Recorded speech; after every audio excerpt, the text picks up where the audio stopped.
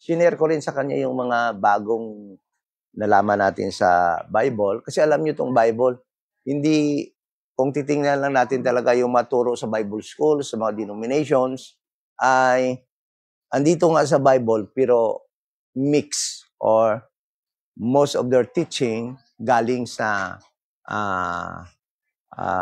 earthly ministry ni Jesus Christ doon sa Israel, no? Hindi para sa atin sa time na ito na dispensation of the grace of God, which is yung turo dapat na ituturo natin para sa atin for our application, for our obedience, ay yung mga tinuturo ni Paul from Romans to Philemon. So, kagaya natin, mag-uumpisa na din siya ng kanyang series sa Romans, no? So, yun, pinag-usapan namin kahapon. And by August, sabi niya, through Zoom, baka magtuturo tayo ng ano, no? Ng soul sleep na lesson na sa kaniyang mga estudyante. Okay? So, Romans chapter 10. Nandito na tayo sa chapter 10 at alam naman natin na itong chapter 10 napaka-controversial din to na chapter sa Book of Romans dahil nga isa ito sa mga kinukuhaan ng teaching ng mga denomination kung paano daw sila maligtas at yung pag-confess, no? Pag-confess nga ng mga kasalanan ay o pag-confess kay Christ ay yung mga tinuturo nila. Okay? So, marating natin yan mamaya. Okay?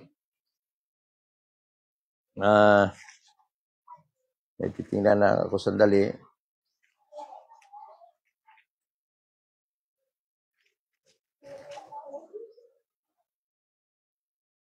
So, basically, Romans chapter 9, chapter 10, and chapter 11, makita natin ay si Paul at this moment of time writing to the saved people, members of the church, the body of Christ, Jewish and Gentiles in Rome. Okay?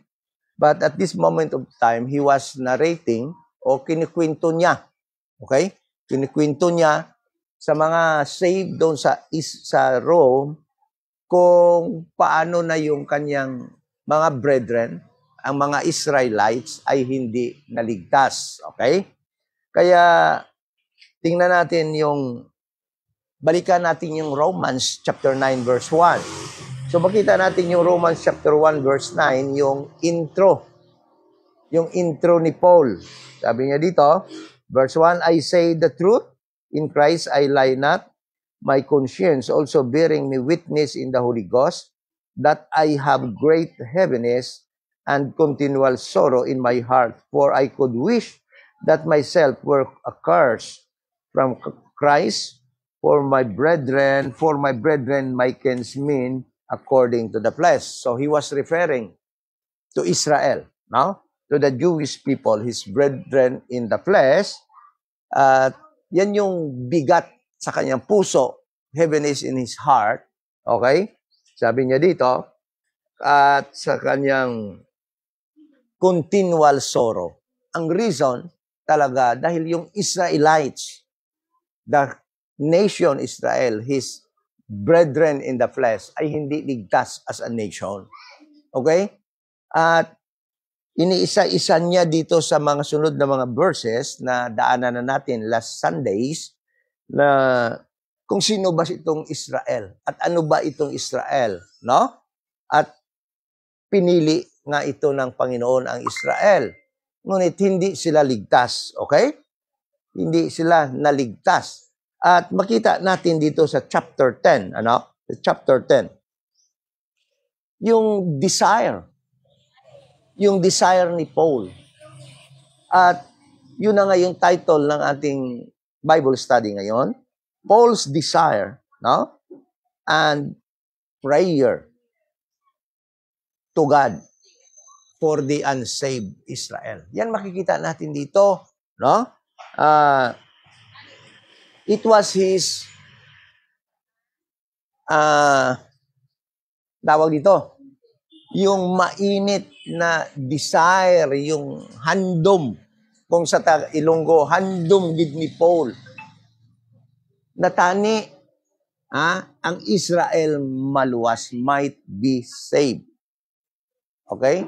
At alam naman natin, na alam naman ni Paul yung story, alam naman ni Paul yung program ng Panginoon sa Israel.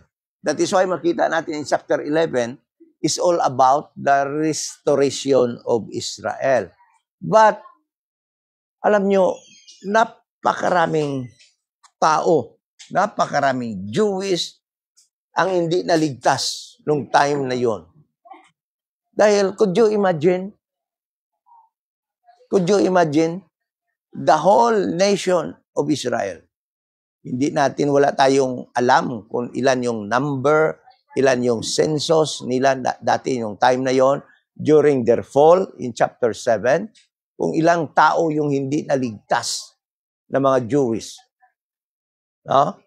That is why Paul, mirong bigat sa kanyang puso, mirong lungkot sa kanyang puso, dahil nga hindi naligtas ang kanyang mga kamag-anak, kanyang mga kapatid in the flesh, Israel.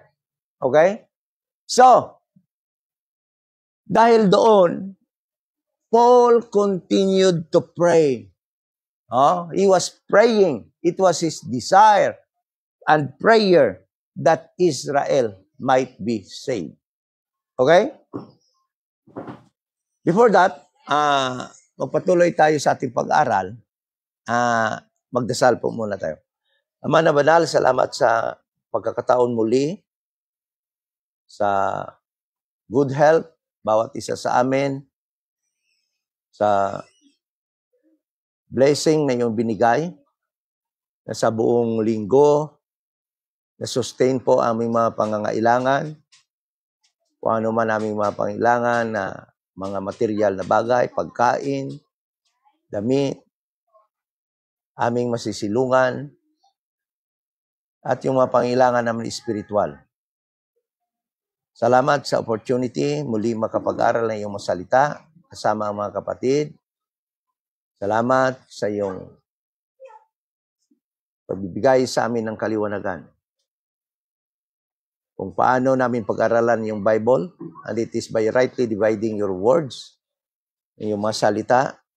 We are praying sa aming mga kapatid, sa aming nawala dito, kanilang safety kung nagta-travel. Salamat din sa mga kapatid nandito, at higit sa lahat, salamat sa inyo sa mga bagay na yung binigay sa amin, lalo na yung aming family, ang bawat isa sa amin, at higit sa lahat din ang mga salita, ang iyong Bible, na aming mabasa sa panahong ito.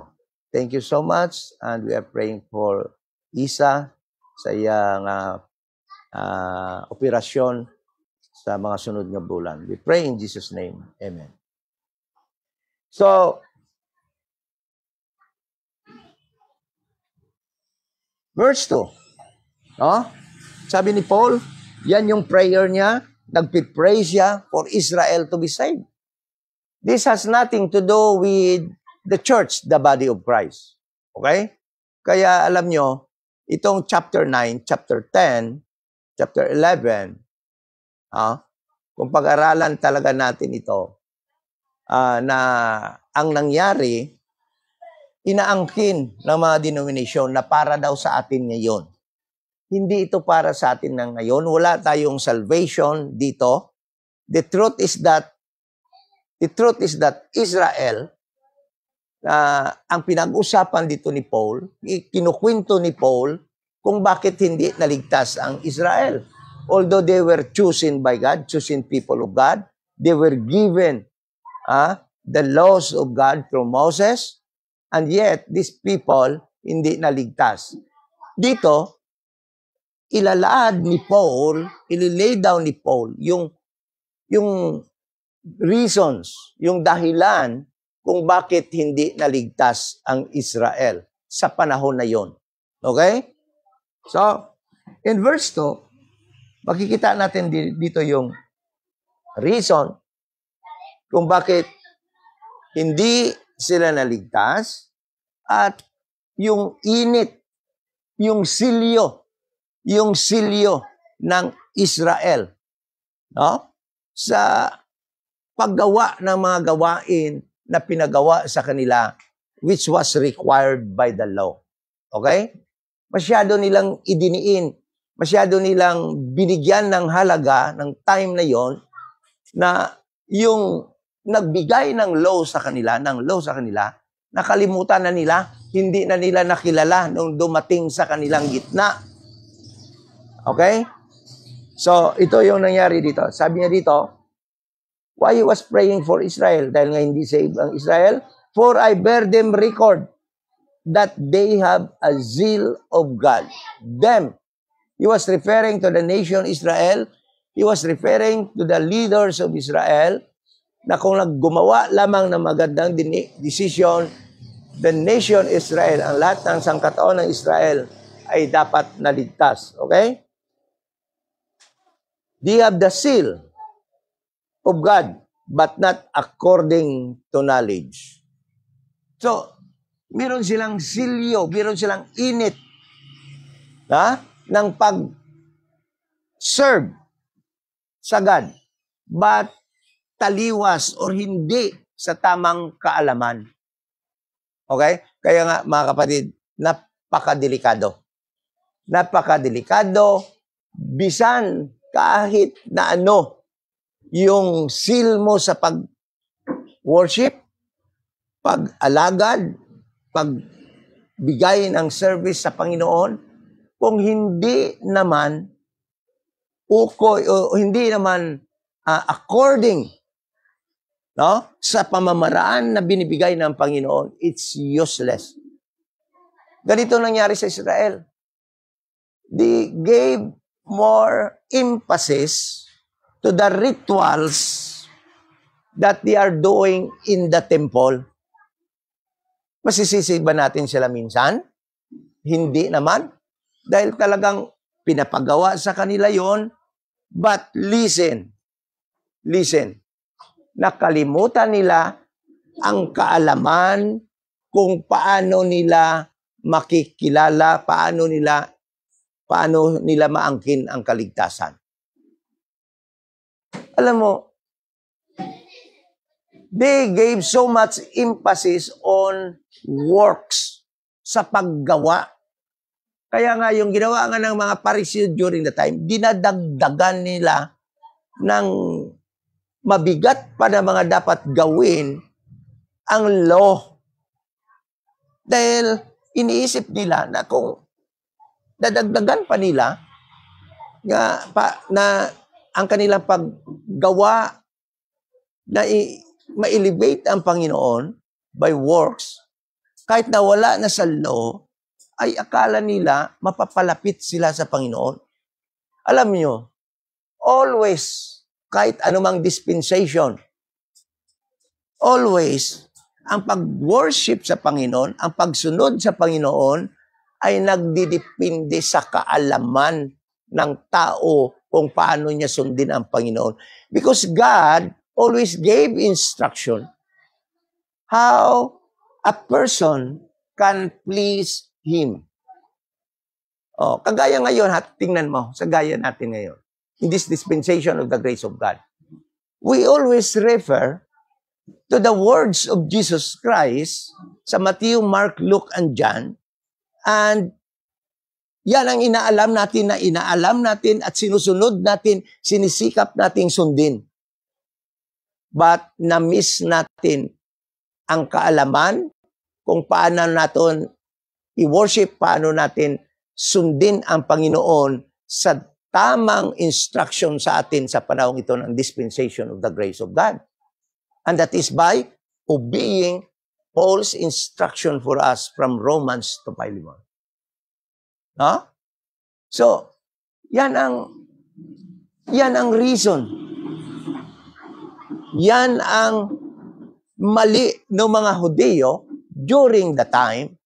Bakit hindi sila naligtas? Although they have the seal of God. But silingon sang seal of God, although na meron silang init, meron silang desire na sundin lahat ang sinasabi ng law, but they miss something, and that is knowledge. At ano yung knowledge na na-miss nila? Bakit hindi sila naligtas? Hindi nila na-miss nila that, sabi dito, for I bear them record, verse 2, that they have a seal of God, but not according to knowledge. So ano yung knowledge na hindi nila alam, na hindi nila nasunod yung pamamaraan ng Panginoon ng kaligtasan? Verse 3, for they being ignorant of God's righteousness. Okay? Ignorante ang Israel sa righteousness ng Panginoon. Tatanungin ko kayo, anong righteousness ang nire-require ng time na yun nando doon si Jesus Christ in the midst of them? Anong righteousness yun? Paano maging righteous ang tao? Yan ang importante malaman natin. Dahil they are obeying the righteousness that were required by the law at the time. Lahat-lahat nila, sinusunod nila sa law, dinagdagan pa nga eh. Dinagdagan pa nila. Okay? Tingnan mo. Sabi dito, for they being ignorant of God's righteousness and going about to establish their own righteousness. Yun ang ni-miss nila, Israel. Bakit hindi sila naligtas? They were ignorant or wala silang kaalaman ng righteousness ng Panginoon during the time sa earthly ministry ni Jesus Christ.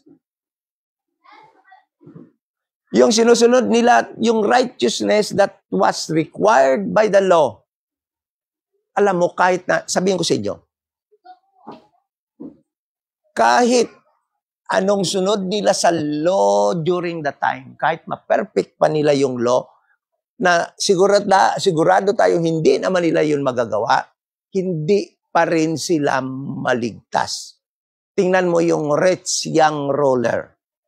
Nagtanong, ano ba yung kailangan ko to inherit eternal life? Sabi ni Jesus Christ, obey the law. Sabi niya, nagawa ko na lahat yon. Din sabi ni Jesus Christ, alam mo, yung kulang lang doon, faith in Jesus Christ. That he should believe that Jesus Christ is their Messiah. Then he will confess Jesus Christ to the people of Israel. He is the Christ. That is how they should confess Jesus Christ at the time. Alam nyo, yung righteousness required by the law in the Old Testament, before Jesus Christ, dahil yung Matthew, Mark, Luke, and John, Old Testament pa rin yan, the righteousness of the law required before Jesus Christ, kahit magawa mo yun sa time na ni Jesus Christ, hindi ka maliligtas. Why? Tingnan mo. Sabi niya dito, and going about to establish their own righteousness, have not submitted themselves unto the righteousness of God. Tatanungin ko kayo, bakit? Pag na-obey mo ba yung law, naging righteous ka sa law, hindi ba yung righteousness of God? Tatanungin ko kayo, it was. Sang time nga wala pa si Jesus Christ. Okay? Pag na-obey nila yung law, talagang righteous sila, talagang ligtas sila before Jesus Christ. But pagdating na ni Jesus Christ, iba na ang righteousness of God. They must believe that the kingdom is at hand. They must believe Jesus Christ, there is their Messiah. They must confess Jesus Christ to what? To the nation, to the people of Israel. Ganito yun at tuturuan ko, bigyan ko yun ng example na paano mag-confess. Ganito yon. Hindi yung ginagawa nila ngayon sa mga denomination na pag nag-forward ka daw, kino-confess mo na si Jesus Christ. Okay? Pag nagsabi ka daw na I am saved, pag nagpa-baptize ka daw, kino-confess mo na si Jesus. Ganito yung mag-confess kay Jesus Christ sa time ng Israel. Halimbawa, naniniwala na ako na si Jesus Christ siyang Messiah. Kung sino mang tao makita ko, Jesus Christ is the Messiah. That is their way of confessing to people. They will stand in public and they will announce Jesus Christ is the Messiah. That is the way these Jewish people confess Jesus Christ during the time. Hindi yung forward ka sa simbahan, sa mga denomination, magpabaptize ka o mag-forward ka, mag-walk ka sa aisle. That is not the way. They must shout. They must speak louder so that they will be heard upang marinig sila ng mga tao, ng mga Hudiyo, nga si Jesus Christ gali among ila Misaya. That is confession. Okay? So, kaya dito sabi dito, have not submitted himself unto the righteousness of God. Listen to this. Verse 4. For Christ is the end of the law of righteousness to everyone that believe. Alam mo, napakaganda, basahin, napakaliwanag. Sabi ni Paul, dahil si Kristo, during ng time na yun na si Jesus Christ, on His earthly ministry to Israel, to them, to the Jewish people, at the time, that was the end of the righteousness that was required by the law. Hindi na sila maging righteous kahit sundin nila lang yung law, hindi sila magiging righteous sa righteousness na nire-required ng law. Dahil tapos doon, sabi diyan, ibig sabihin, may bagong righteousness sa mga Israel para maging righteous sila during the time. Okay? And that is by faith in Jesus Christ, that He is the King, the Messiah. Alam nyo, yung mga ceremonial laws nila, during the time, formality na lang yun. The truth is, ang kaligtasan talaga during sa time ni Christ is that they must believe that Jesus Christ is their Messiah. And that is by faith. That is why sabi dito, verse 5, for Moses described the righteousness which is of the law, that the man which doeth those things shall live by them. It is required for them to perform. Lahat-lahat yun. No? Hanggang sila mamatay. Ngunit, napakaganda na sana. Alam nyo? Napakaganda na sana ng offer ng time na yun ng God sa kanila. Then, but the righteousness which is of faith speaks of this wise. Say not in thine heart, who shall ascend to heaven, that is to bring Christ down from above. Or who shall descend into the deep, that is to bring Christ up again from the dead. So, sinasabi ni Apostol Paul dito, that righteousness at that moment of time is by faith. It is very easy. And that faith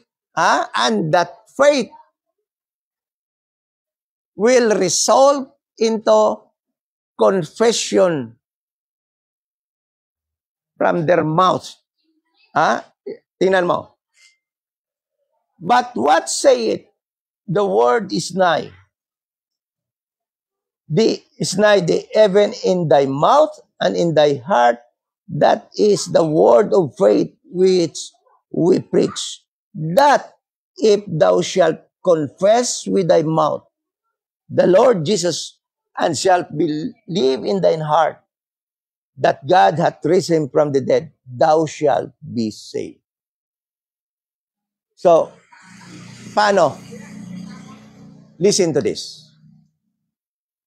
From chapter 2, chapter 3, Paul laid down the reason why the nation Israel, his kinsmen, his brethren in the flesh, the Jewish people, the Israelites, bakit hindi ligtas? Bakit hindi sila ligtas? Dahil iba yung pamamaraan ng kaligtasan na ginagawa nila. That is righteousness. They are establishing their own righteousness according or by obeying the law and setting aside the object of the law, the giver of the law. Kita mo? Kaya alam nyo, madamo isang tao subong. Ang daming tao talaga ngayon na still trying to obey the law. Dahil alam nila, wala yan. Binigay yan ng Panginoon. I will give you some groups. Kaya naman sa Batista. Still doing the law. Keeping the Sabbath. O, diba? Hindi masama yung Sabbath. But, kung yun ang paniniwala mo na maligtas ka doon, dahil ginagawa mo yan, napakalinaw, for Christ is the end of the law.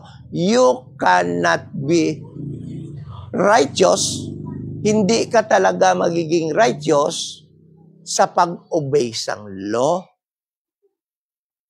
Dito na siya natapos sa during sa pag-abot ni Christ doon sa Israel.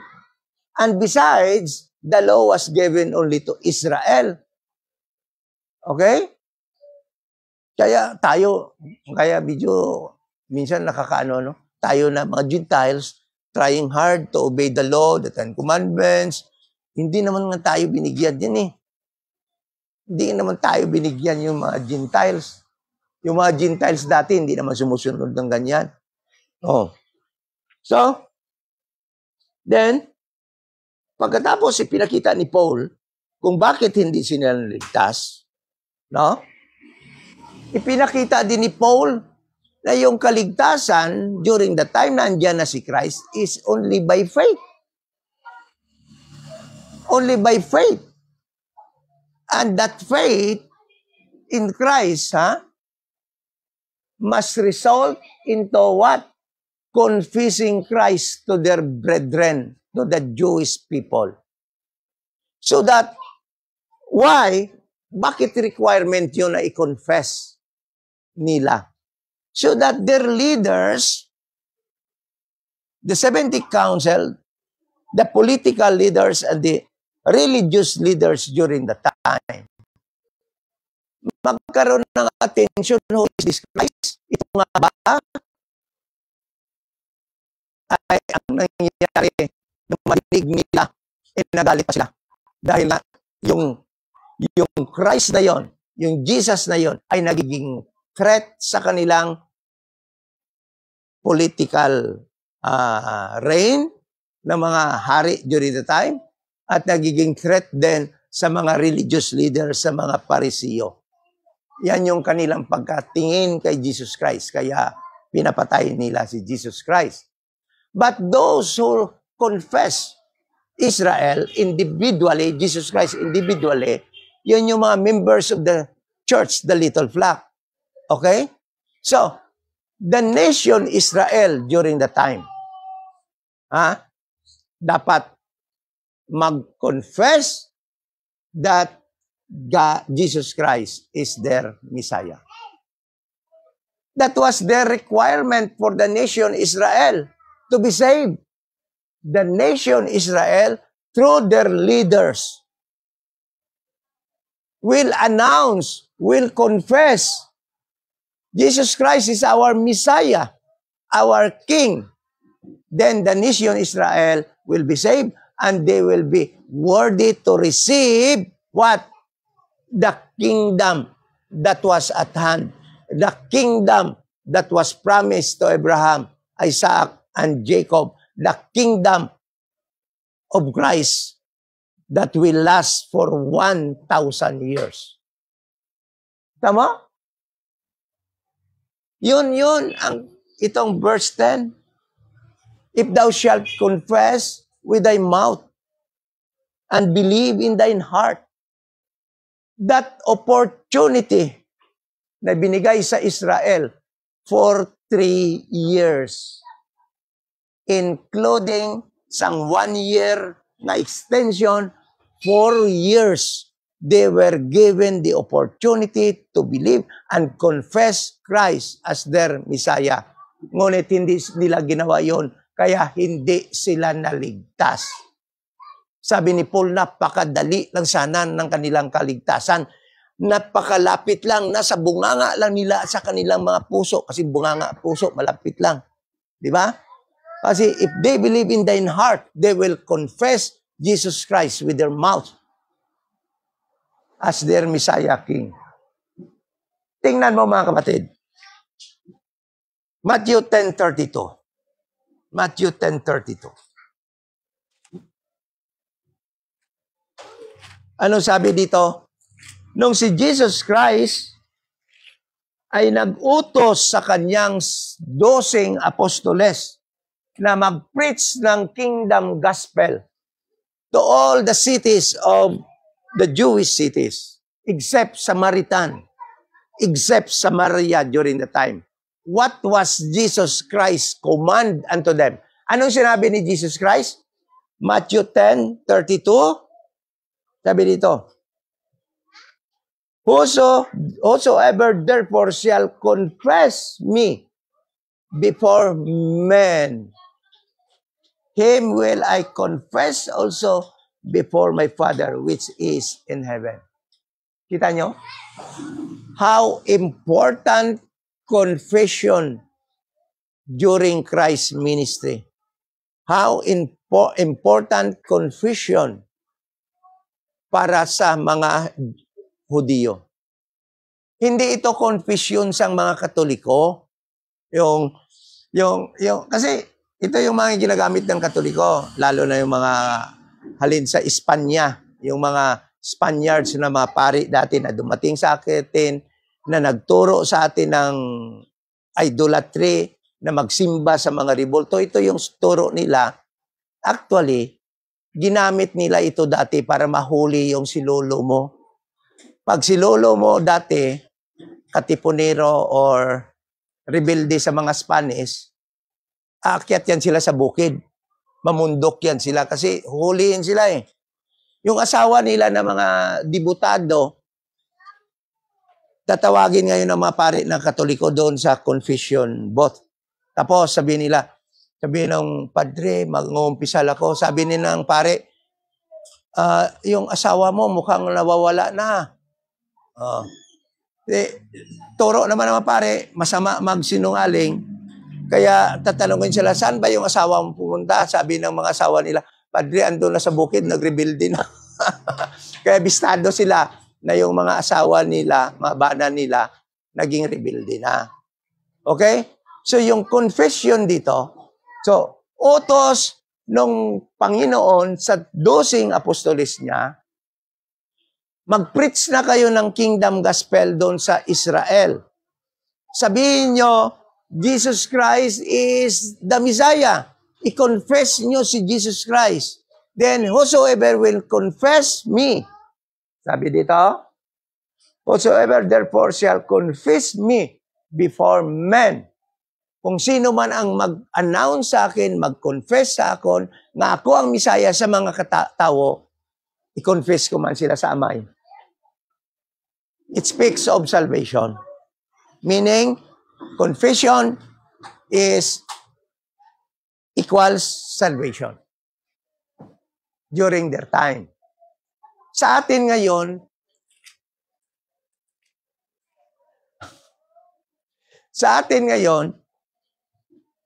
tinuturo yan, karamihan. John, Romans chapter 10, verse 10. If thou shalt confess with thy mouth.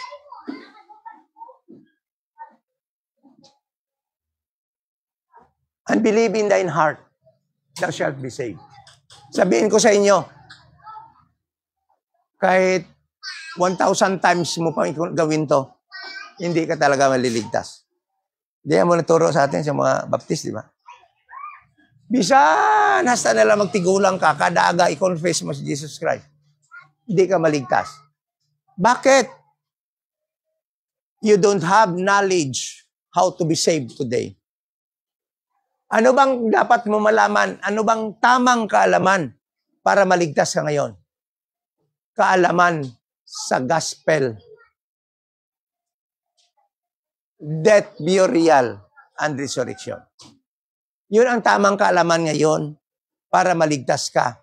Dapat mag-believe ka na si Jesus Christ, namatay, bayad ng iyong kasalanan, siya inilibing, at nabuhay muli sa ikatlong araw.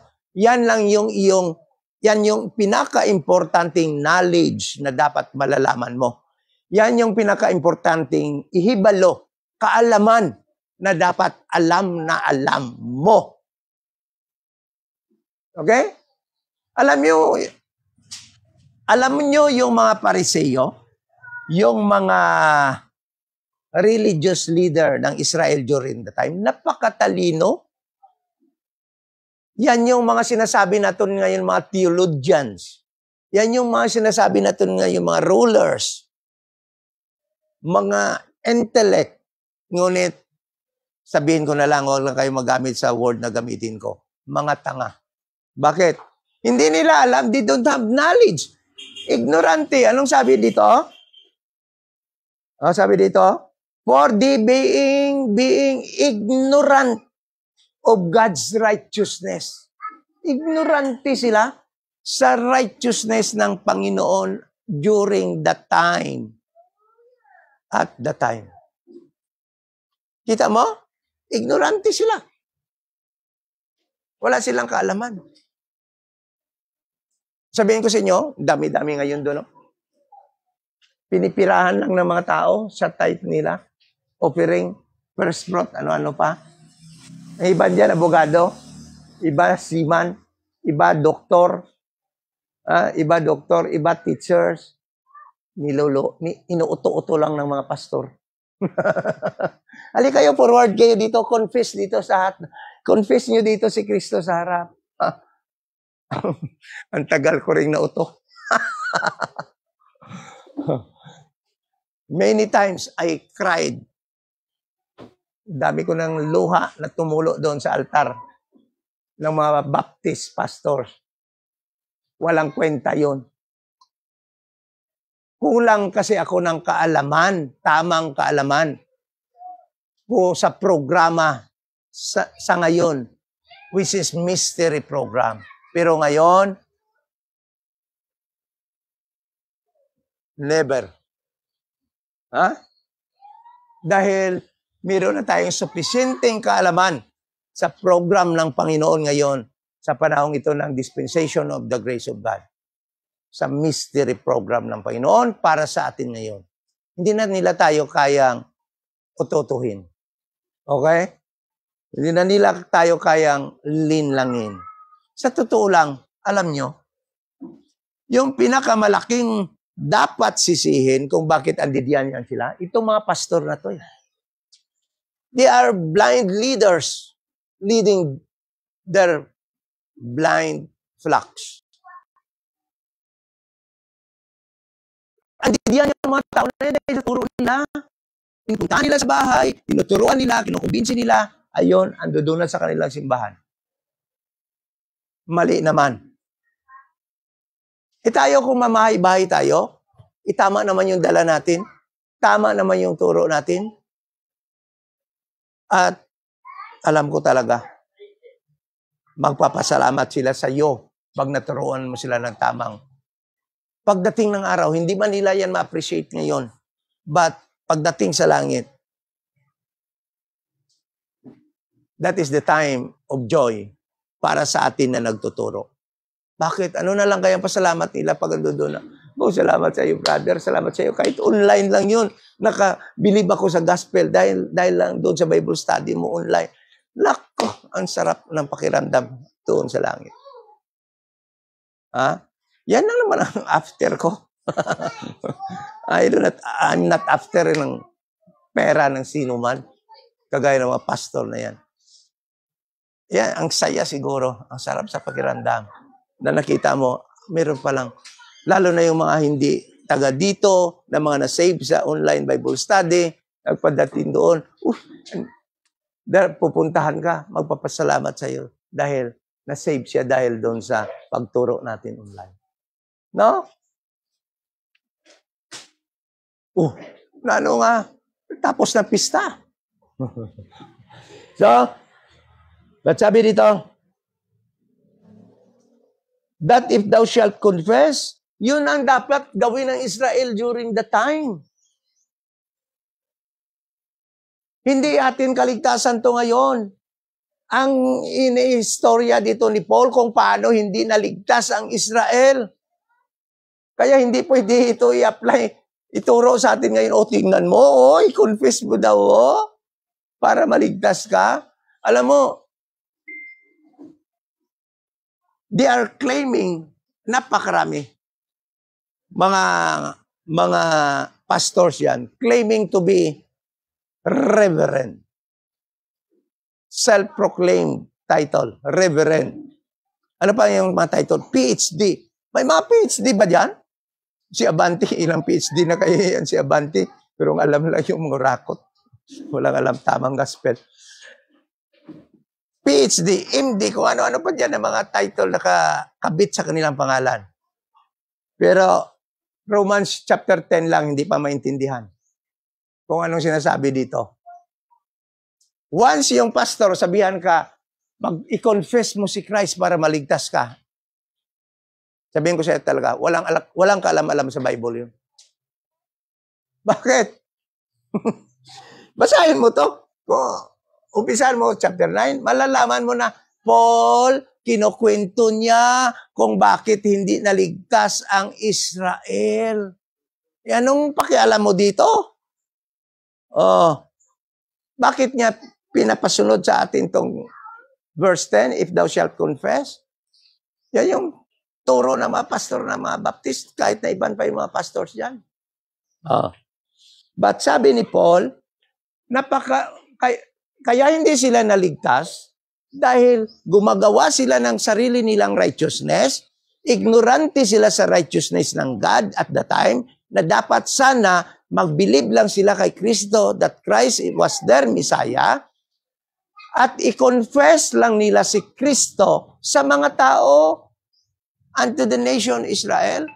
And ang may number one na responsibility to do that, the 12 apostles, and I do believe ginawa nila yon, at yung mga nag-believe sa kanila, at yung mga leaders ng Israel as a nation, so that as a nation, Israel will be saved. Walang Gentile na gumagawa nito. Okay? Then sabi niya dito, verse 10, for with the heart man believe unto righteousness, and with the mouth confession is made unto what? Unto salvation. That was their salvation during the time for Israel. For the scripture saith, whosoever believe on him shall not be ashamed. Saan ba galing tong word na to? For the scripture saith, whosoever believe on him shall not be ashamed. Let us go back to Isaiah 28:16. Isaiah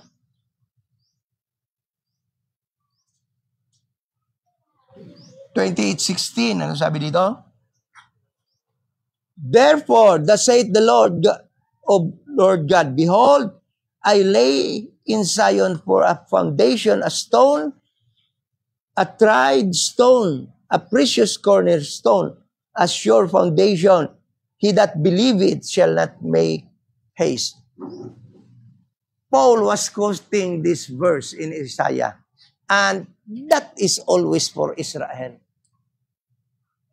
Jesus Christ was laid as a stone, tried stone, and this stone, Israel stumbled.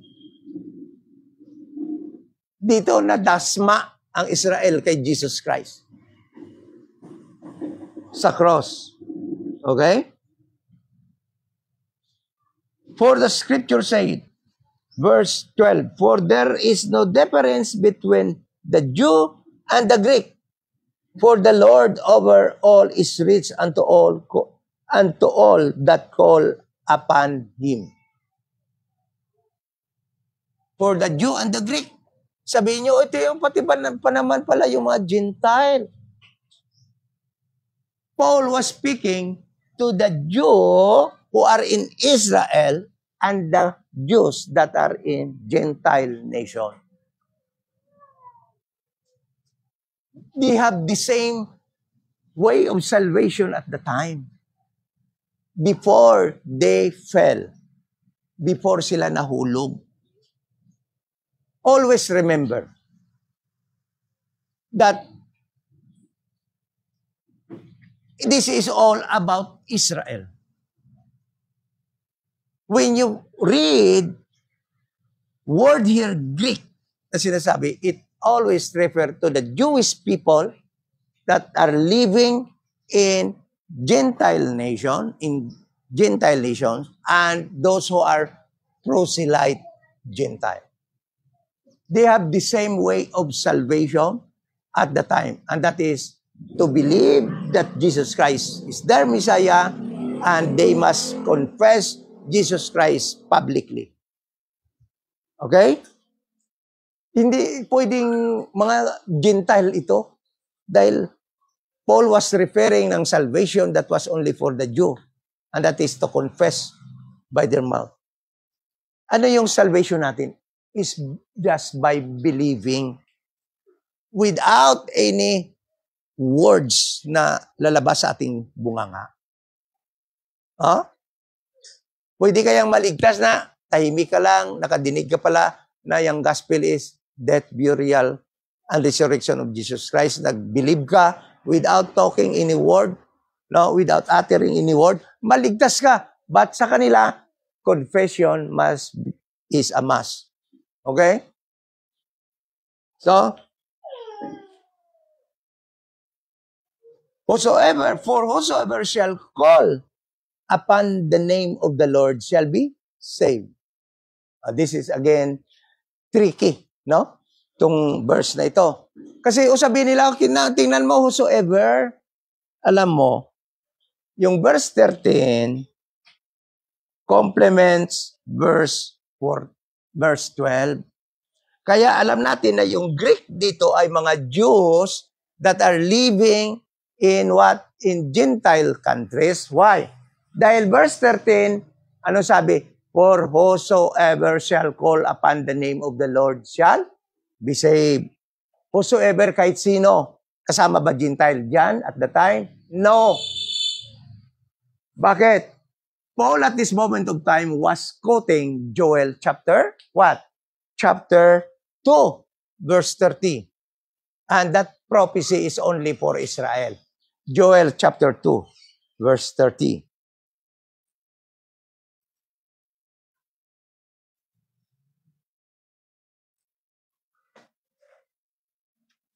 Ano sabi dito?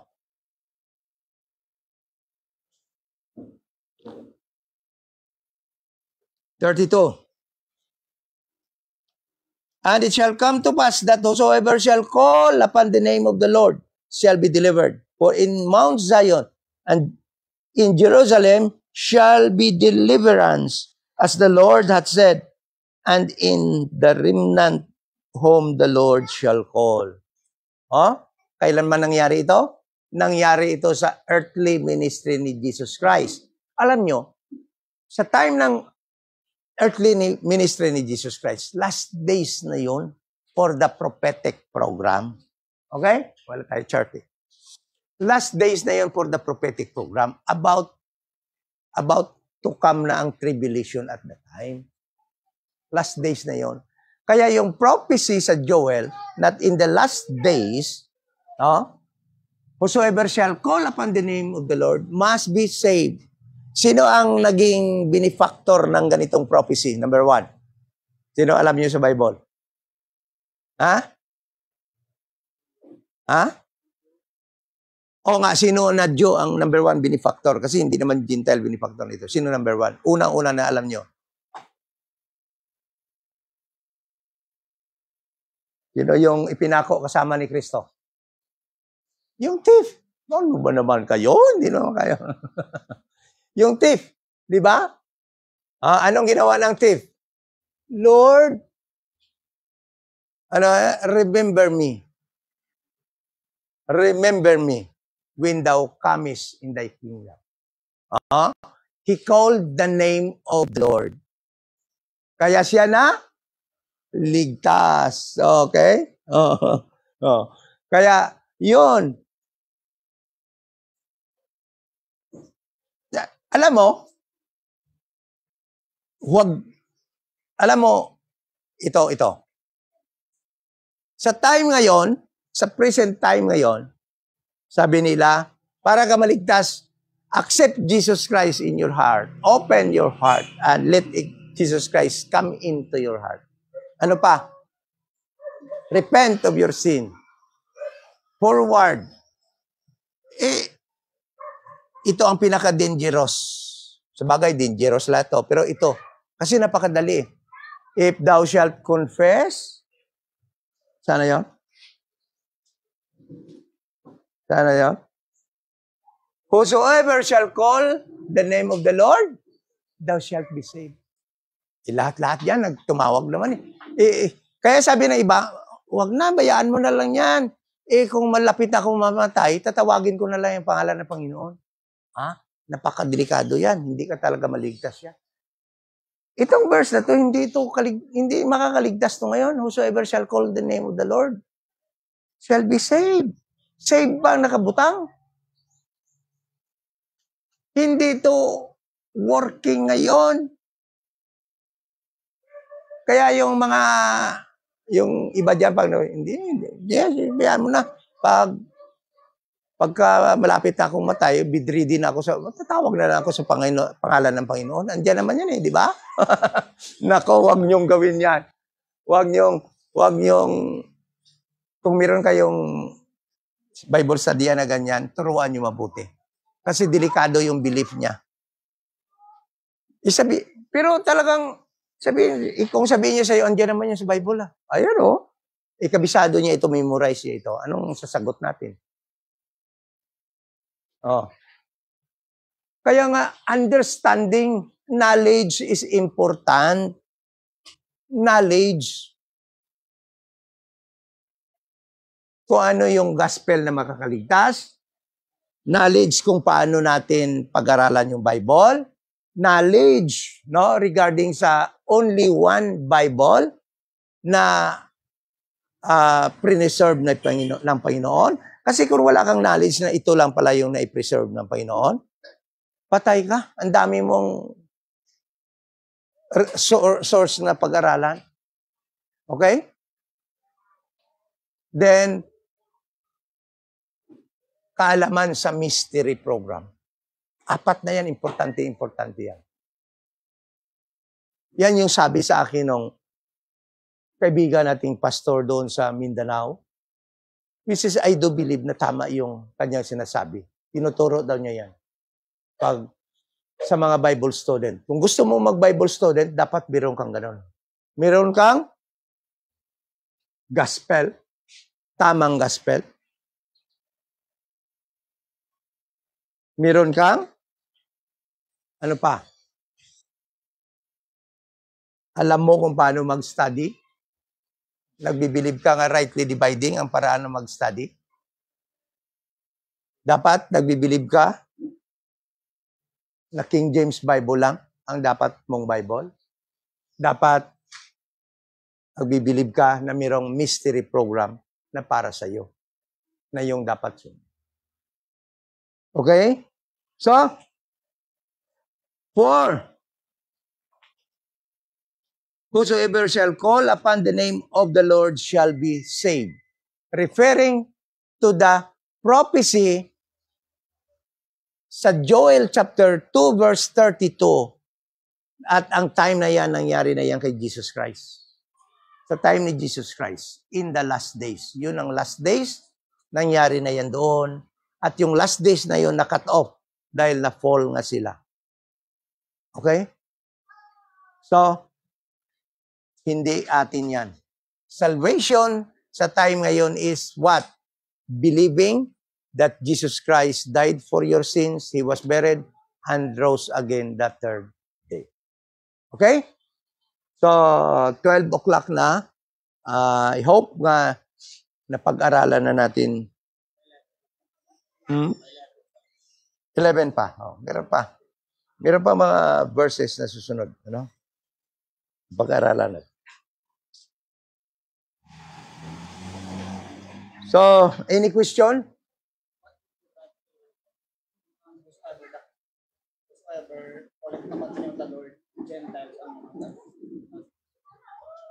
Whosoever shall call upon the name of the Lord? Hindi. Always, ang ginagawa nga dito ni Paul is, tinuturo niya, he was speaking about kung bakit hindi naligtas ang Israel. This is only for Israel.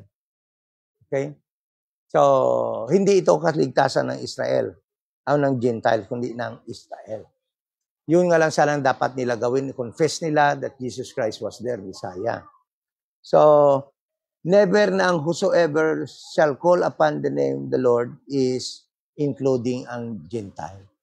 Dahil lang time na yun, hindi naman maliligtas ang Gentile noon. Wala pa nga kaligtasan ang Gentile noon. Kailangan lang nila mag-proselyte. So, okay, kung nag-proselyte ka na, then you are kasama sa prophecy. Kung naka-change citizenship ka na noon at the time. Sa ngayon, we are not under the last days period. That is why itong mga salita na to ay hindi ito epektibo ngayon. We are in the dispensation of the grace of God na ibang instruction. So, when it comes to salvation, wala lang talaga tayo dito para sa Israel. That is how to rightly divide. Doon lang talaga tayo sa kay Paul itinuro pagdating sa kaligtasan. This is all about why Israel hindi ligtas. Bakit hindi sila ligtas? Okay? So, napakadali lang. Sana, sabi ni Paul, ipo-confess lang sana nila at sa time na yun, whosoever mag-confess sa pangalan ng Panginoon will be saved. Yun lang sana kaligtasan nila, sabi ni Paul. Ngunit hindi nga nila nagawa. Kaya nga, we have now the understanding bakit hindi ligtas ang Israel. Yun. Meron na tayong understanding bakit hindi ligtas ang Israel. Then, chapter 11, makita naman natin kung paano sila i-restore. And yung restoration nila, hindi talaga easy. They will undergo tribulation period. Purging. Okay? But, ang kanilang restoration, pagkatapos lamang nitong fullness of the Gentile. Yung period ng mystery, ng dispensation of God. Kaya ngayon, they are considered Gentiles. They can be saved by believing that we are. Amo na nga, hindi sila nasisave dahil ayaw nila maniwala kay Kristo. Di ba? Ayaw nila maniwala kay Kristo talaga. Oo. Kaya tingnan mo, they were temporarily cast out, then blind. Kaya blind ang tawag sa kanila. Yun. Okay? So, tanong? Pamangkot pa? 11 ang? 11?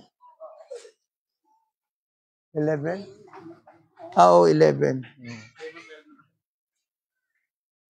Okay, 11 pa lang gali. O si padayon tayo? Para, hashtag man lang tayo 11, no? Okay. Hashtag man lang tayo 11 kayo may fellowship kita dahil. 10, nagsugod kita, 10. Okay, next Sunday, padayon nato ni nga chapter. So, kung wala na pumakot, let us pray.